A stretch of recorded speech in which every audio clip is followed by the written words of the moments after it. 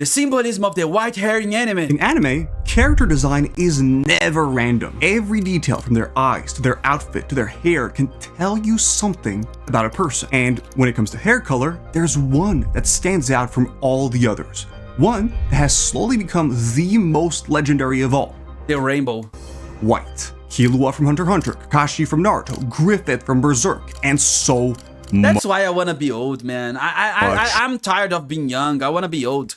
More. These aren't just popular characters, they are some of the most legendary figures in anime history. But here's the question. Why white? What does this type of hair actually mean? And I'm not gonna say, I think it's because of wisdom. Why do the greatest authors on Earth keep coming back to this one specific color? Number one, even Luffy. the monster. I personally think that there's no better place to start than with one of the most famous white-haired characters in modern anime. Gojo from Jujutsu Kaisen. You've got this entire story where most people have pretty normal hair, and then there's this dude. The moment you see Gojo for the first time with that white hair, man, I wanna have white hair. He doesn't look like everyone else. He immediately stands out as someone special. And he is. He is literally called the strongest, and you know, that's not just a cool nickname, that's like his entire thing. My man is so ridiculously overpowered that his defining trait is the fact that he can pretty much obliterate most of the other characters immediately.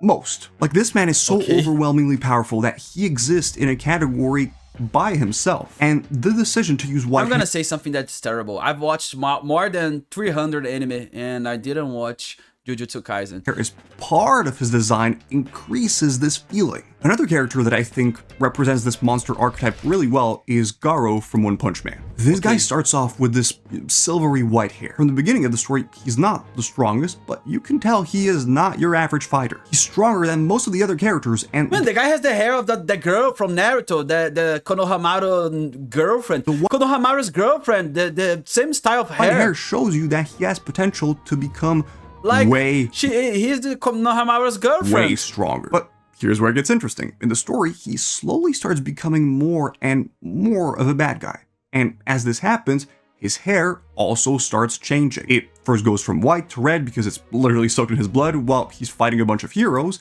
Then it turns black when he's having his full villain transformation, and then goes back to white when his character arc is completely done. This guy was one of the only characters capable of fighting Saitama. So white hair also means chill. The guy's chilling. Which, if you know anything about One Punch Man, is like literally fighting some kind of god or something. The cool thing is that this isn't a trope that's just used for fighting anime. I mean, Nagi from Blue Lock is basically an overpowered character. Okay, sometimes you play soccer so hard that your hair starts becoming white. I understand. Anime about football. Or no, I don't understand because I don't play sports. Like even this guy from Haikyuu, for example. Norman from The Promised Neverland is not overpowered in the physical sense, but he's superior to everyone else when it comes to strategy. Listen, I know it. You know it. One of the reasons characters with white hair are super famous is because they are mega powerful, like usually completely busted. And authors will often use white hair to show you a character is probably overpowered. Normally, Kaneki is one of the best examples. Think about the color white, we think about something innocent like angels or rabbits. Nier So from Death Note completely flips that. It subverts your expectations and makes you forget those are some of the most terrifying people out there. Number 2, Alien.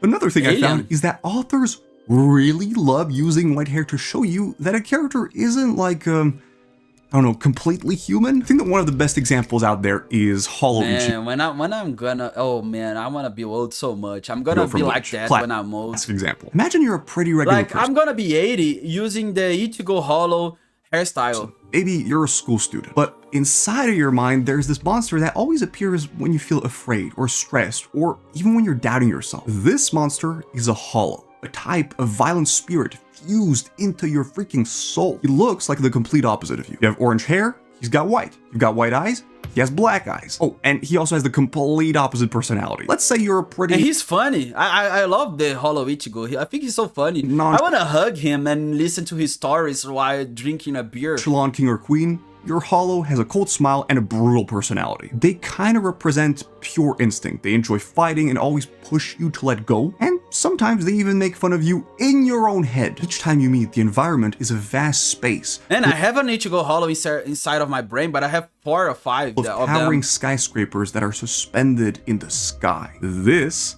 is Hollow Ichigo. The white hair is there to show you that this guy is different. This white look is there to remind the main character of what he could turn into. Authors also love using this for transformations. In One Piece, for literally hundreds of chapters, Luffy has that same black hair, straw hat, a red vest, and sandals. But then he unlocks the Gear 5th transformation and his hair turns bright white. I mean, even his clothes go white for some reason. And unlike his other transformations, this isn't just him getting new powers. The dude literally becomes a god. He goes from basically just being a rubber dude to someone who has the power to grab a palm tree, turn it into a giant baseball bat by perfectly biting it, painting over it with a paintbrush that he just summoned from his imagination, and hitting back giant poison balls. This is so awesome.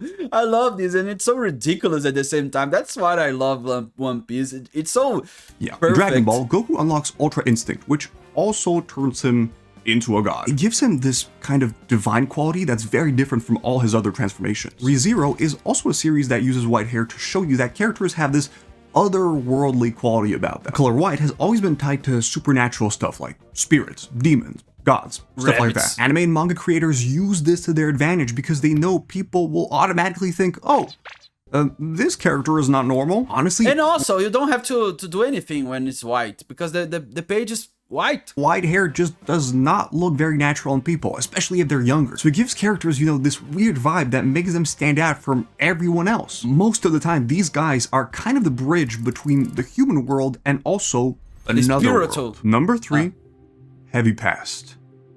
Okay, so now I've also found that in a few situations, authors will actually use white hair to show you that a character went through some stuff that was just so bad they couldn't handle it. If you want to see the most intense example of this, we need to talk about Tokyo Ghoul. So picture this. There's a kid called Kaneki, right? He's kind of shy, he goes to school, he has a crush on this girl he met in a cafe. Pretty normal stuff. Later in the story, he becomes a ghoul, which is basically a monster that looks like a regular person. But even after his transformation, he's still, this innocent dude. He's still sad from the beginning. And then Jason happens. You know what? I'm not even gonna go into detail about what this dude did to Kaneki because honestly, I think it was like petting him like a small cat.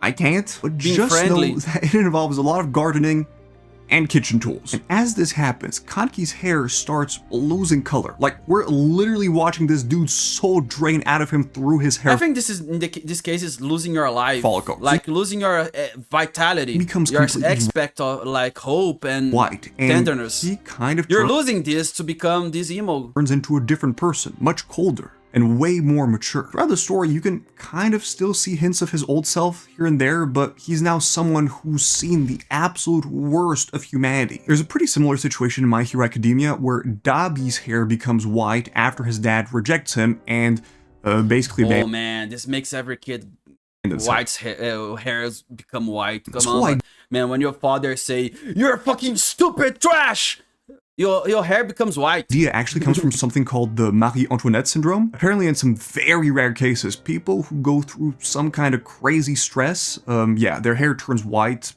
really fast. And listen, I don't know if this is actually real, but the concept is cool. White hair becomes this way of showing that someone's life got destroyed, and they got But when I get old, I'm gonna say that I'm powerful. Mentally changed by experiencing horrible stuff. It's almost like a permanent scar because these guys can never go back to who they used to be. They don't always have white hair because of, one specific thing, but they almost always have horrible pasts. In Tokyo Ghoul, Arima was literally created to become a weapon, and his hair became white because his body ages super quickly. In Demon Slayer, Sonic... What a sad thing to happen. My body will age super quickly. His own mother after seeing her turn into a demon and eat his siblings. And in Gachiakuta, maybe they were tasty, I don't know. Was literally thrown off a cliff. Number 4, Wisdom. Okay.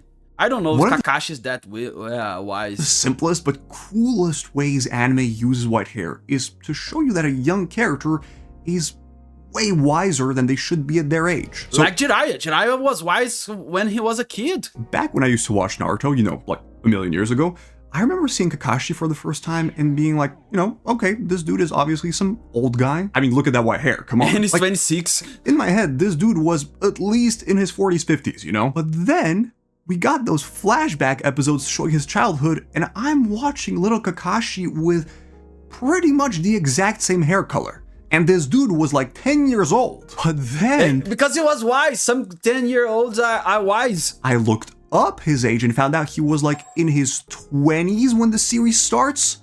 Yeah. What? The truth is, this dude became a ninja super young, lost his dad, watched his teammates get slain, and but I think he was born with white hair. Got thrown into elite squads while he was still a teenager. That silver hair is basically like a visual reminder of all the grown-up stuff he had to see way too early in his life. What's cool about Kakashi's white hair is that it also kind of makes you respect him immediately because he just feels older. I mean, honestly, if you saw Naruto when you were a kid, there is like no way you thought this guy was in his 20s. Don't even lie to me. Even though people... I'm so stupid. I'm gonna say this. I was so stupid to the point that I didn't mind the white hair. Like, I thought he was young.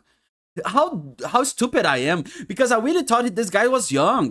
And this was my first anime, and I didn't care. Like, white hair, okay, he's young. Out on like when I see my grandpa, I think he's young. Tsugaya from Bleach, I actually think he's the perfect example of that. He is literally the youngest captain in his organization. And even though people constantly make fun of him for, you know, looking so young, he's usually the most mature one out there. But I think that what makes him extra interesting is that he still has that young temper that flares up sometimes, which shows you that even with all his wisdom, he's still missing. But I think the white hair in this case is because he likes ice. These leadership qualities that you get he's with a dragon of ice. Real experience. Frieren is weirdly enough kind of similar in the sense that she's usually extremely wise and gives amazing advice, but at the same time, she can also be the goofiest character at her own show. Sho from Fire Force is literally a 14-year-old kid who's running a military... Wait, this guy is a firefighter? ...organization. We're all kind of used to white hair on an old person, but anime sometimes uses in my city, the firefighters are not like this. White hair on young characters to show you their old souls. And even if they're actually young or goofy, silly, other characters still look up to them and trust them. And finally, number 5. Two Faces. This is probably my personal favorite way anime uses white hair. It's when characters somehow manage to be both pure while also being evil at the same time. Let me explain. Killua from Hunter x Hunter is, you know, this sweet-looking kid with fluffy white hair. Man, I remember the best scene from Killua when he's with behind the guy and he says, "If you move, I'm gonna kill you." I think that scene is awesome. About candy and genuinely cares about his friends, that kind of stuff. But that same kid was literally trained to kill people since he was a baby. He was drinking poison from his mother inside her breasts. Like, she put poison inside her breasts to breastfeed him with poison. Out someone's heart in a second and thinks slaying people is basically normal. Griffith from Berserk is this gorgeous looking leader with flowing silver white hair who inspires everyone around him. Early on, he feels like someone with a really noble dream who wants to achieve beautiful things. But then he transforms into a demon and sacrifices every single one of his friends to get what he wants. Gin from Bleach is this snake-looking guy with a creepy smile and eyes. I love this character so much. Oh my god. I think in this arc, in this Soul Society arc, when he does that thing to Rukia, says, "I'm gonna save you." No, no, I'm not. Just kidding. I think that scene is so fucking awesome. It make you feel like he's a bad guy. Everything about him looks kind of villainous, and for most of the series, that's exactly what he is. But then, we finally learn he spent decades pretending to be a bad guy to avenge someone he loved, which is probably one of the most tragic moments in the entire series. White is usually supposed to be the color of good stuff, purity, innocence, all that, but it's also the color of emptiness and death. Anime and manga creators are amazing at using death, yes! I think that the best scene about this is the Tokyo Ghoul scene when all the red flowers become white. Both and like his spirit's dying, like his love and his innocence is dying. Now he's angry. Sides of this. This makes characters whose white hair represents their good and bad side at the exact same time. It's a way to make characters more interesting, and it creates some of the most memorable and messed up stories in anime. White hair doesn't always... I think they should make an anime that every character has white hair, and like the most powerful one has black hair. I think These mean the this is what I want to see. same thing for every character. Like different, the reverse thing. Almost It would be so funny. Everybody was white hair. No, his hair is turning black. His hair is not white anymore. No, no, no. He's transforming to his ultimate form. always tells you something deeper about who they are, what their story is, or even what kind of world And he starts using a suit. they're living in. It's one of the coolest ways to create characters that transcend the ordinary and who leave a mark in your memory long after the series has ended. Yeah. Man, great video.